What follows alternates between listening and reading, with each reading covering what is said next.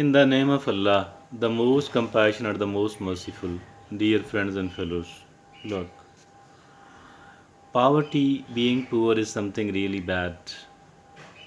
Nobody want to become poor and nobody want to stay poor. Whoever are the poor, they think their life is miserable. They do want to come out of that as soon as possible, but maybe they don't know how to do that. They want to come out of the poverty, they want to get rid of the poverty, but they don't know how to do that. They were poor, they are poor, and they will remain poor maybe for the rest of their life. So it is really, really bad and it is really, really miserable. We need to, if at all we are poor today, we shouldn't stay poor forever at all. Bill Gates says that if you are born poor, it's not your fault, but if you die poor, it's definitely your fault. So we need to come out of that poverty, and being poor is something like a curse. I think that this must be talked about, must be debated upon, and today we have chosen this subject for our discussion, for our routine talk, that what are the things which actually make us poor, what are the things which keep us poor, so that if we do get rid of all those things, we will become comfortable people financially and otherwise. Dear friends, we have chosen and included a very useful, a very beneficial article on the subject as well. This article has been has been authored by Gertrude Mathayo is the name of the author of this article, and the caption of the article is 10 money habits that will keep you poor forever. 10 money habits that will keep you poor forever. Not tell the habits in general, but these habits in particularly about the money. What are those 10 habits? Let's look upon each one of those 10 one by one. First of all, the author says lack of spending discipline. Lack of spending discipline.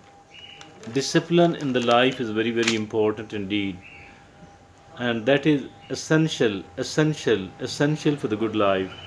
But here we are particularly talking about the financial discipline. What is this financial discipline actually? That if at all I do have the money, even if I have plenty of it, I need to control my spending. I need to control the money. I shouldn't be spending it carelessly. And I need to plan well. I should have enough amount of control over myself as for the usage, consumption of my money is concerned. That is the number one out of all the 10.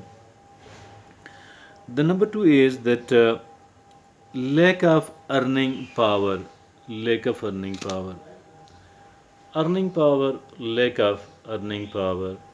I think that we should have good earning power, each one of us. How? Because obviously we need to learn how to earn the money, and we need to have the investment to make as well, or at least one of the two things, one which is more important than the other, that is knowing how to earn the money, developing the skills we need to develop so that we are able to earn better amount of money.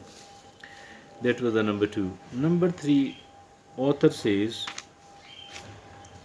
lack of financial literacy. Literacy, obviously, being literate is very, very important. Although there are people who are illiterate in general, I'm talking about.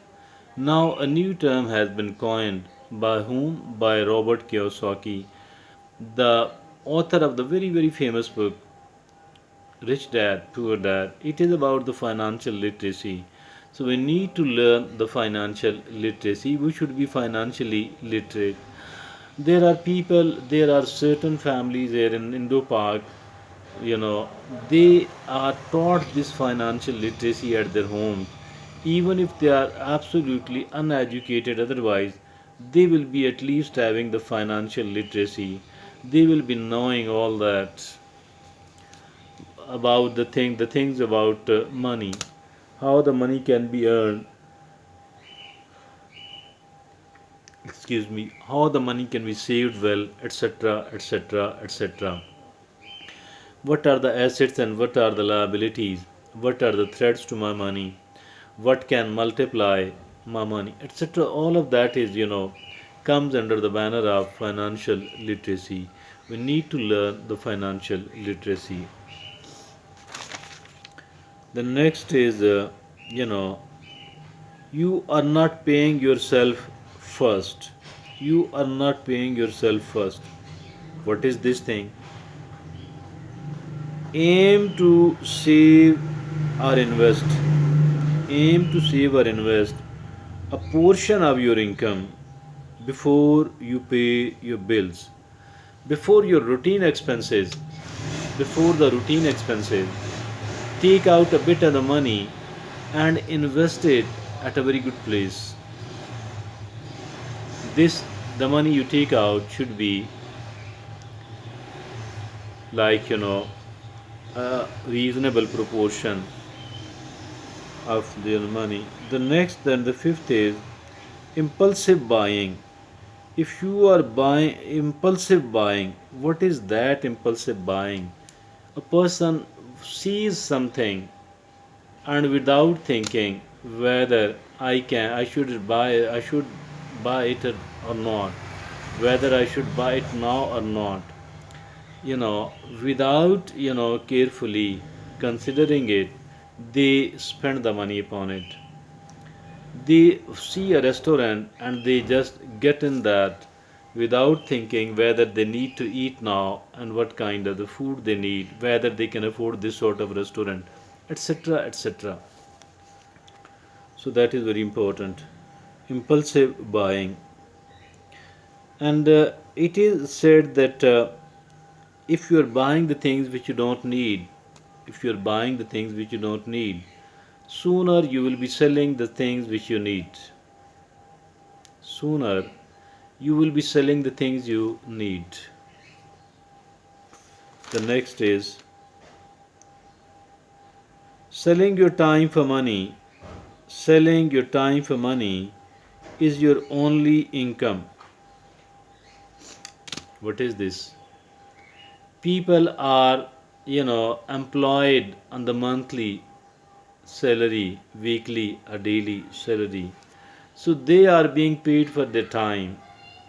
It's not that they have to deliver. They are not much interested in delivering. They are not much interested in creating. They are not much interested in the efficacy. They are not much interested in the usefulness, the high level of the usefulness of their time, of their work. They are just being paid for their time, like hourly basis, daily, weekly, or monthly basis. I think that's all wrong. We need to create something worthwhile. And the next is, you think that it is too early to start saving. You think that it is too early to start saving. It is right, not right at all. It's never too late. It's never too early to start saving. It's never too early to start investing. Do it as soon as possible. Saving and investing. Doing it as soon as possible. The next and the eighth is not keeping record of your money. Mean how much of the money did you earn, did you get, where did you spend, how much of the spend you did you spend on one item, the next item, whether it was necessary, etc., etc. So those are all having a kind of, ledger or a diary. The next and the ninth is ignoring your debt. It will ignoring your debt. The debt must not be ignored at all because it keep expanding with the passage of time. So either we need to avoid taking the debt at all, or we need to pay it back as soon as possible. The next and the last is focusing on the present without caring about the future. We are paying too much of the attention about our today.